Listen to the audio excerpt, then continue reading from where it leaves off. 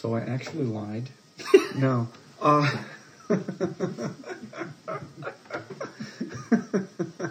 So I'm here with Bill Charlap at his house in Summit, New Jersey. And half a house. Half a house. But a hell of a half a house, I might say. And we just had a little rehearsal for this Harold Darling concert we're doing next month.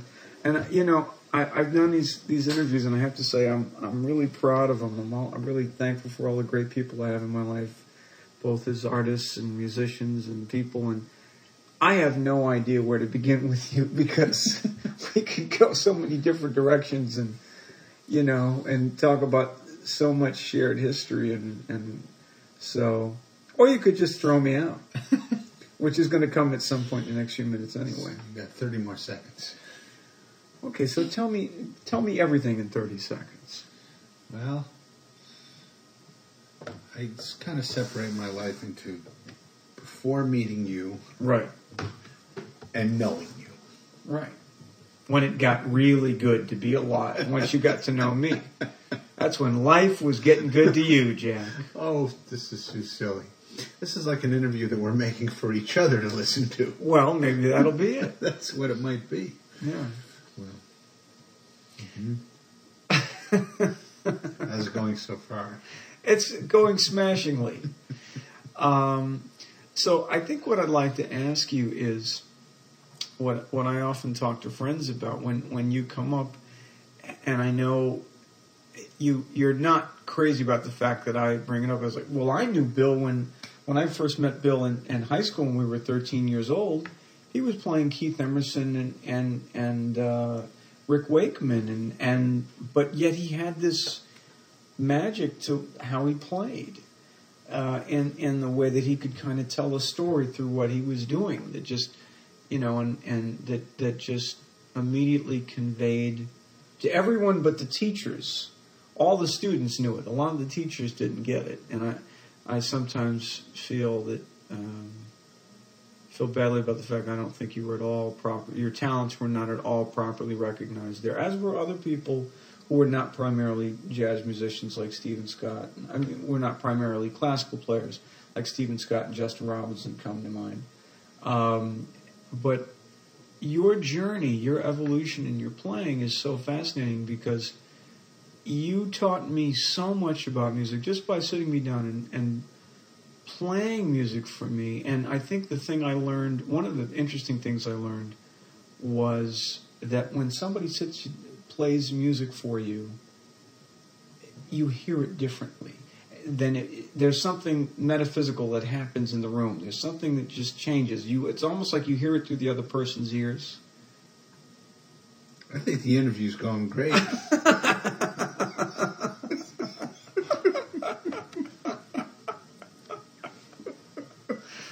Was that too long a question? Was it a question? Oh, it was so many things. No, listen. Here's the thing. It's funny sitting here talking to you because it's not just talking to an interview. It's talking to one of my oldest, closest friends. Yeah. And we have so much history that we can look at each other and we can laugh about things.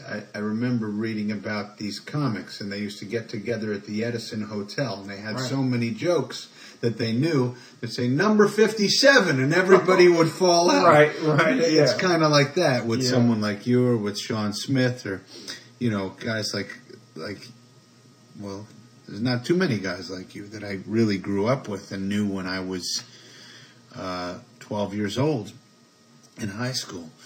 As far as musical evolution or being into progressive rock bands and progressive keyboardists, that's most certainly true. It kind of goes like this. I grew up with my mom and dad. This is going to sound silly, in the house. It's a good thing they were there. But you were on the roof. They couldn't find you. But. Well, you know, I still got to get back to the roof. But number 54. Right.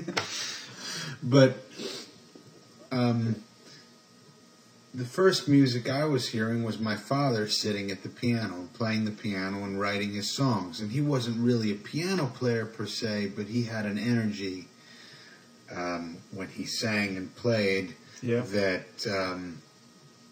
people really responded to. I mean, he could really sell you the story and sell you the show. Mm-hmm. And even other composers would ask him to do their backers auditions sometimes. Mm-hmm. Even this sound like terrible name dropping, but it's true. In high school, I was involved in this thing.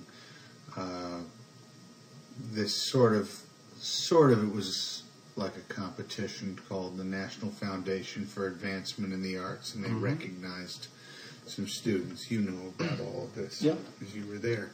But I played an event for them at the Vivian Beaumont Theater, and the person that spoke about all the different young people who were playing or acting or dancing that day was Stephen Sondheim. And he came up to me and he said, there's a record of a composer singing and playing his own songs, and I always play it for people when they want to know what musical theater is all about. And he said that was my dad singing his songs from Kelly. And this record is just an LP that was put out by my father's partner on that show, Eddie Lawrence, who was also Eisler, a painter who was a student of Leger. He was also the old philosopher, if anybody remembers that comedic bit. You would probably recognize some of the comedy routines and things. But he was a playwright and a lyricist on that show. I'm talking way too much about this, but it's say that that's what that LP was something after my father's death that was basically a backers audition on tape, probably on reel-to-reel tape. It's not very good fidelity. Now, is that the thing you played for me with the song about going to steal you from the God that brought you? No, that's something else. That's the one I always remember of your dad. Yeah. That's I have a lot of acetates. They're before there were CDs and DVDs, and even cassettes. If you had a demo for a show or a song, it was done on an acetate record. You could go into a studio and actually make an LP of these things, and they're very thick and they're heavy and they're anyhow. This particular record was put out after my father's death. It was a backers audition on tape. It was just basically a boutique album that was done. Not many were printed, but people who are in musical theater are aware of its existence, and it's just him kind of playing the piano and screaming the songs, and it's wonderful to listen to. It's very affecting. Anyhow, that's what I grew up around, his energy. My mother singing his songs, because at the time she was no longer a